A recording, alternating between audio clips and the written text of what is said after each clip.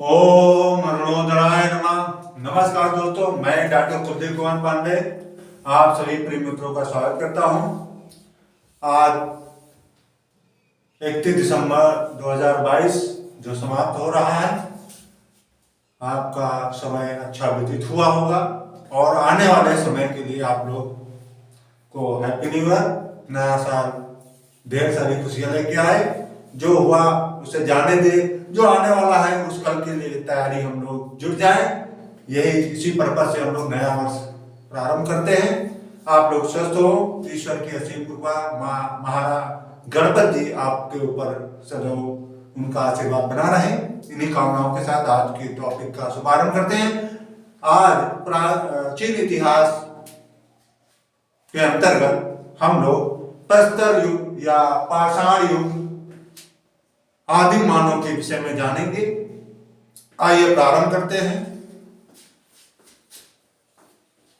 आज से लगभग 50,000 से या 1,00,000 ईसा पूर्व से पहले प्राइमेट्स नरवानर का जन्म हुआ। प्राइमेट्स एक नरवानर को कहते हैं। प्राइमेट्स क्या है? प्राइमेट्स का अर्थ है मनुष्य सदृश वानर, यानी जैसा मनुष्य दिखता है उस प्रकार का। जिस तरह हमने बंदर देखा है उस प्रकार का मानव पहले था। इसके अंतर्गत बंदरों, लंगूरों, वन मानुषों तथा इस तरह के स्तनधारी जीवों को शामिल किया जाता। प्राइमेट से ही आधुनिक मानव का आधुनिक मानव का विकास हुआ है। ये प्राणी आज से लगभग 80 लाख वर्ष पूर्वी अफ्रीका में निवास करते थे और इनके मूल स्थान कहाँ थे? अफ्रीका में आदि मानव का मूल स्थान, पहला आदि मानव जो ऑस्ट्रेलोपिथेकस ये नरवानर दक्षिण अफ्रीका का है, ऑस्ट्रेलोपिथेकस। दूसरा था जिनजांथ्रोपस, ये था नरवानर पूर्वी अफ्रीका का नरवानर था। इसके बाद तीसरा जावा मानव, जावा का था। पेकिंग मानव, चीन का पेकिंग मानव। निएंडरथल मानव ये जर्मनी का मानव था। पिल्टडाउन मानव ये इंग्लैंड का था। क्रोमेगन मानव ये फ्रांस का मानव था। होमो सैपियंस मानव पामीर का मानव था।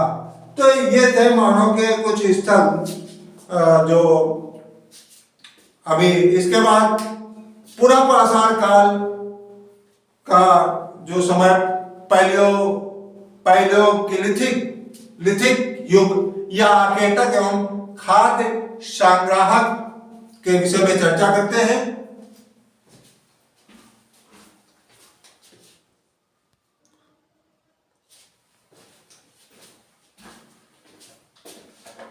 पूरा पाषाण पैलियोलिथिक युग, पूरा पाषाण काल को पैलियोलिथिक युग भी कहते हैं।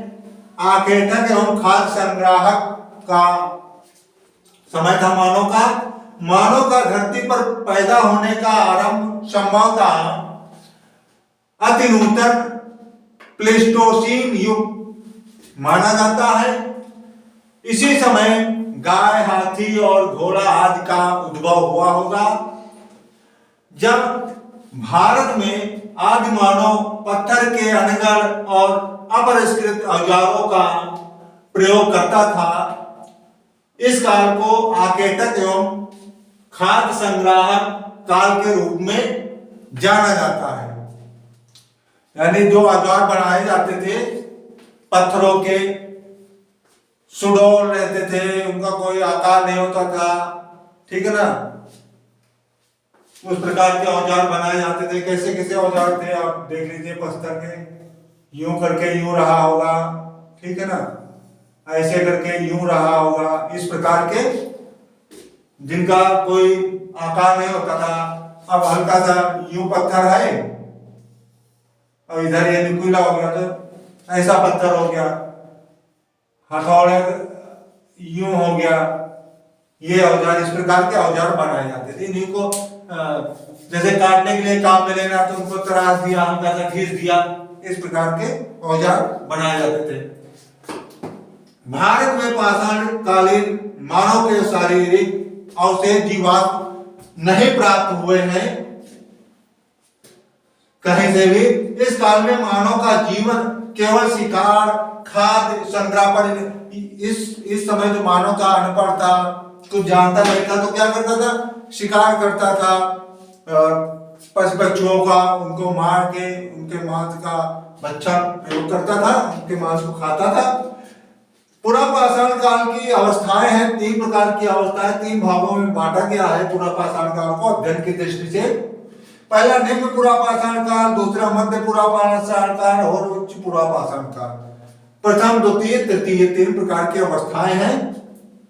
प्रथम निम्न पूरा पाषाण काल 5 लाख ईसा पूर्व से 50,000 ईसा पूर्व का समय, मध्य पूरा पाषाण काल का 50,000 से 40,000 ईसा पूर्व का समय और उच्च पूरा पाषाण काल का 40,000 से 10,000 ईसा पूर्व का समय। अब देखते हैं कि पूरा पाषाण काल के जो 3 भाग है, किसमें कौन सी संस्कृति हुई, इसके बारे में देखते हैं।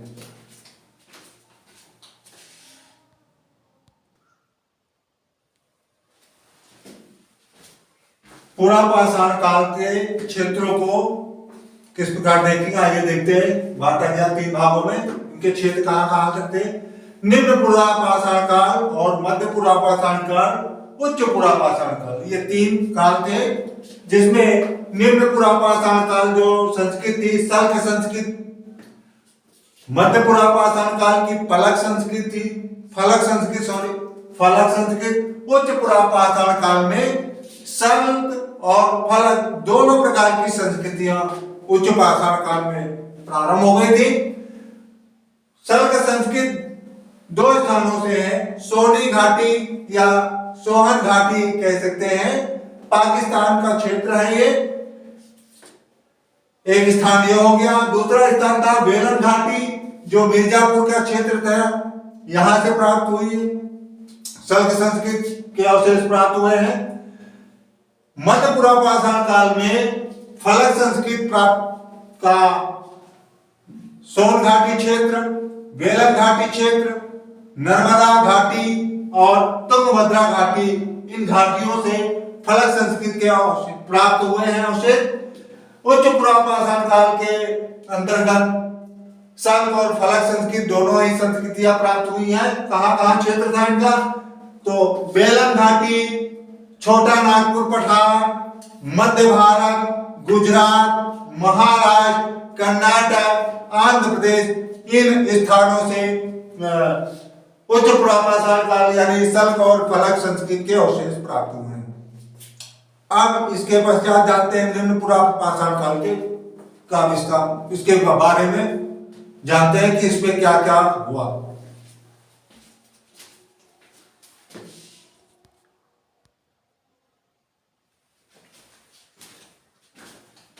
निम्न पूरा पाषाण काल, जिसका समय 5 लाख ईसा पूर्व से 50,000 ईसा पूर्व का था। मानव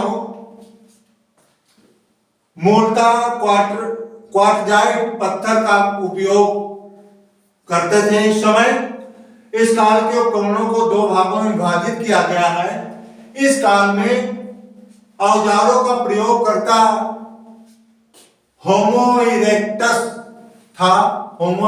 था, जिसका नाम वो औजारों का प्रयोग करता कहा जाता था।